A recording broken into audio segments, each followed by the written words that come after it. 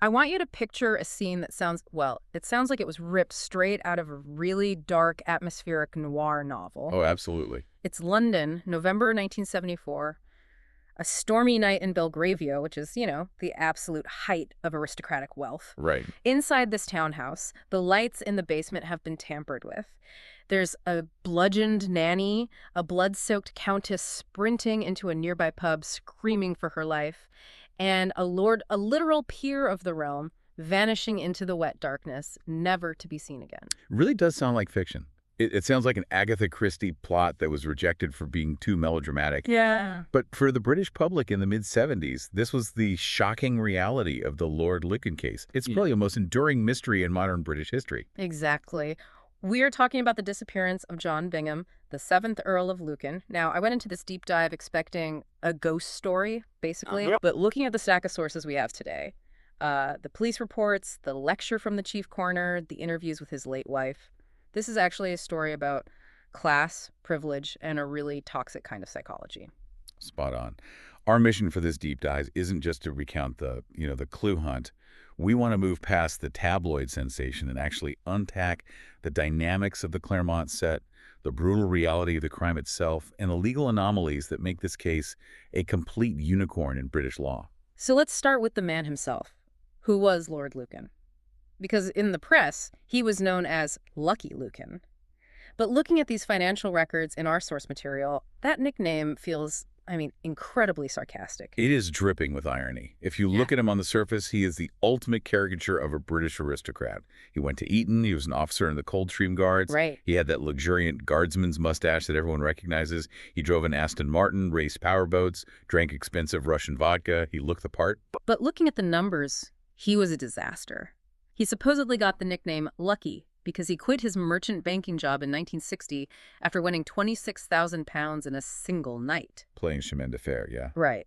And just to give you a sense of scale, in 1960, you could buy a massive house in London for that money. He won a literal fortune in a few hours. Right. But that win was the exception, not the rule. He was actually a terrible gambler. And this is where we have to talk about the Claremont set. Yeah. This was his social circle. A group of extremely wealthy gamblers who hung out at the Claremont Club in Berkeley Square. It included men like John Aspinall and James Goldsmith. The sources paint a really specific picture of this group. It wasn't just about being rich. It was about a specific brand of nihilism, almost. Yeah, exactly. They seemed to believe that true aristocracy was about how you handled absolute ruin. That's a crucial insight. They had this philosophy that losing everything without blinking was the ultimate status symbol. It was almost competitive masochism. Lucan was a world-class backgammon player, a game of skill, but he got bored with it. He wanted the thrill. He preferred games of pure chance, where the odds were against him. Which completely explains the finances. By late 1974, the glamour was just a facade.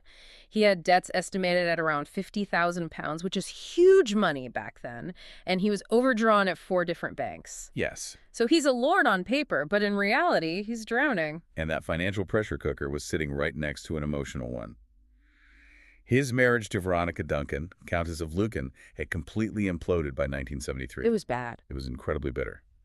Lucan moved out, but he became obsessed with getting custody of their 3 children. Obsessed is the right word. The biography mentions he spent £20,000 fighting a custody battle, literally trying to prove Veronica was mad. And he lost. He lost that battle. And things got creepy. He started spying on the family house, recording their telephone calls.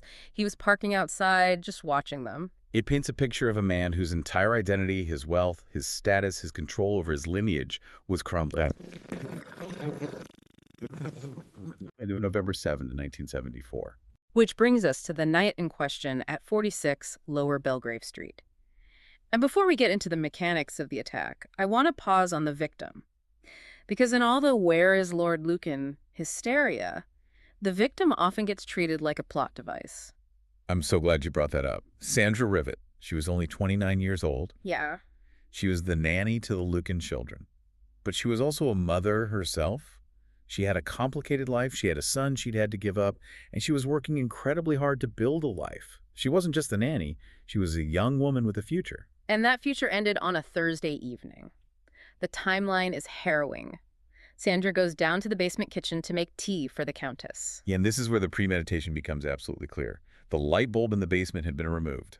The killer was waiting in the pitch black. That detail always gives me chills. It's not a crime of passion in the heat of an argument upstairs. It's an ambush. Exactly. Sandra was bludgeoned to death with a piece of lead pipe that had been meticulously wrapped in tape to reduce the noise or perhaps improve the grip. It was brutal and quick. After Sandra didn't return, Lady Lucan went downstairs to check on her. She calls out from the top of the stairs and she is immediately attacked. Now, Lady Lucan gave interviews years later describing this, and the fight sounds desperate. It was a fight for sheer survival. She was beaten, the attacker tried to strangle her, and she identified the attacker unequivocally as her husband, Lord Lucan. She survived, essentially, by fighting dirty. The source says she managed to stop the attack by squeezing his testicles. Yes. It sounds like a detail from a movie, but it shows how primal and desperate the struggle was. It worked. In the aftermath of that struggle, amidst the blood and the shock, she claimed Lucan admitted to killing the nanny, perhaps mistaking her for his wife in the dark, although that's speculation. But the key fact is she escaped. She runs to the nearby Plumber's Arms pub.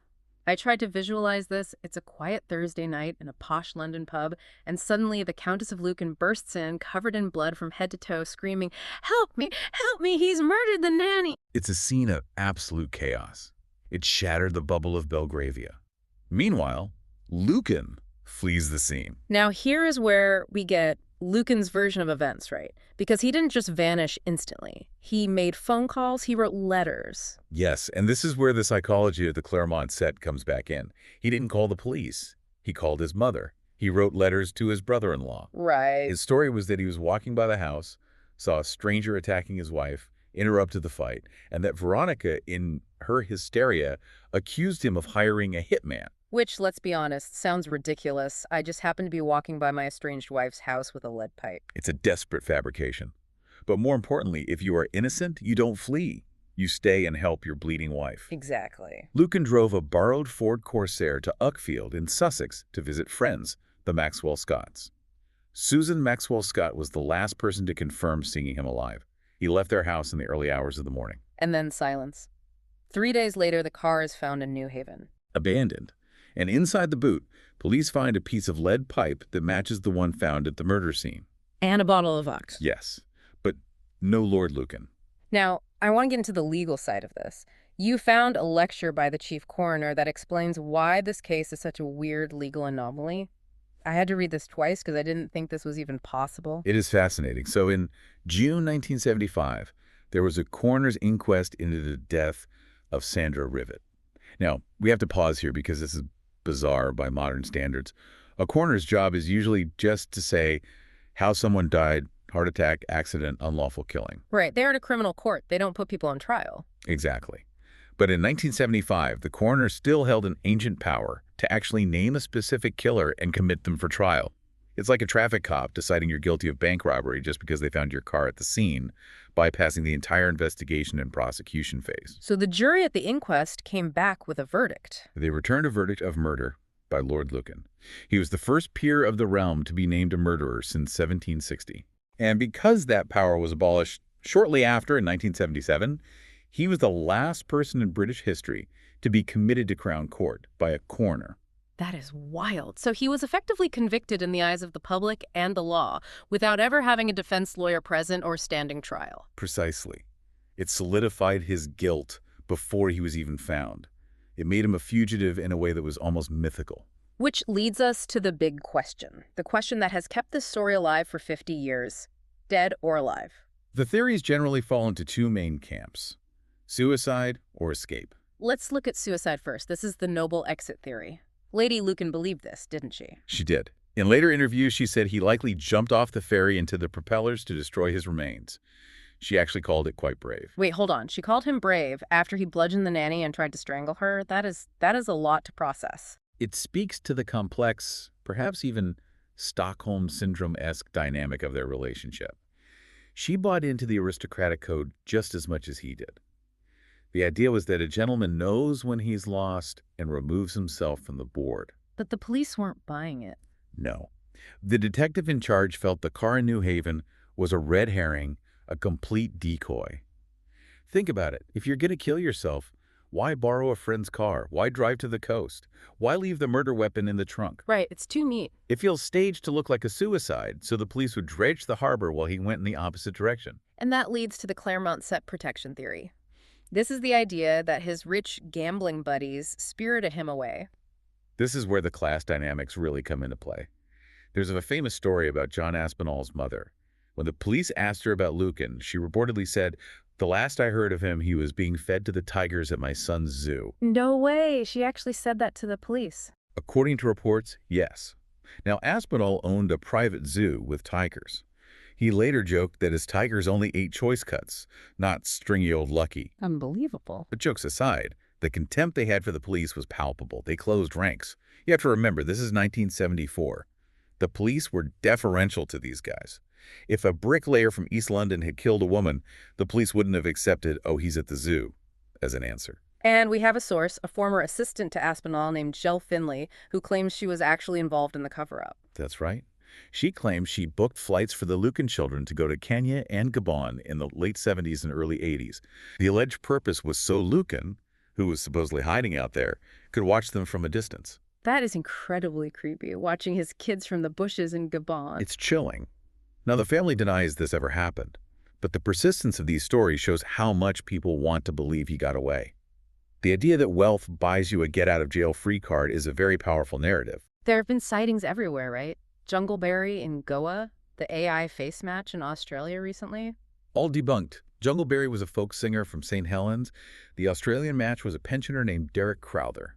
But every time one of these pops up, it dominates the headlines. But while the headlines are obsessing over the ghost Earl, I want to circle back to the wreckage. Because this man destroyed a lot of lives. The tragedy didn't end in 1974.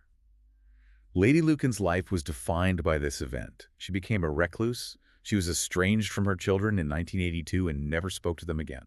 That is heartbreaking. And the source mentioned that when she died by suicide in 2017, she left her entire estate to the charity shelter. Specifically because of her children's lack of good manners. Wow. She was a woman who was isolated, first by her husband's gaslighting, remember the attempts to have her committed, and then by the trauma of the event itself. She was left alone in that big house in Belgravia, just living with the ghosts. And what about the son, George? He was just a kid when this happened. He was. And he lived in limbo. For decades, he couldn't inherit the title because his father wasn't legally dead, just missing. It wasn't until 2016, under the Presumption of Death Act, that a death certificate was finally issued. George is now the 8th Earl of Lucan, but that title comes with a very heavy shadow. And finally, Neil Berriman, Sandra Rivett's son. This is the most important perspective, I think. Neil was given up for adoption before the murder, but he discovered his identity later in life. He has spent years searching for the truth. He acknowledges that while the media treats this as a fun mystery, for him, it's about the loss of his mother. He believes Lucan escaped, and he wants justice. It really puts the romance of the mystery into perspective. We get caught up in the tigers and the gambling and the aristocrats, but at the core, this is a brutal domestic violence case that ended in the murder of a working-class woman. Precisely. It's a story about privilege. A man who had everything on paper, the title, the education, the connections, but nothing in the bank. A man who likely committed a horrific crime and then vanished. So when we step back and look at the whole picture, the sources, the context, the aftermath, what is the real takeaway here for you? I think it forces us to confront our suspicion that the establishment looks after its own. Whether Lucan died in the Channel or lived out his days in Africa, the fact that he was never caught, never stood trial, feels like a massive failure of justice. The system that was built to protect men like him, it worked. It's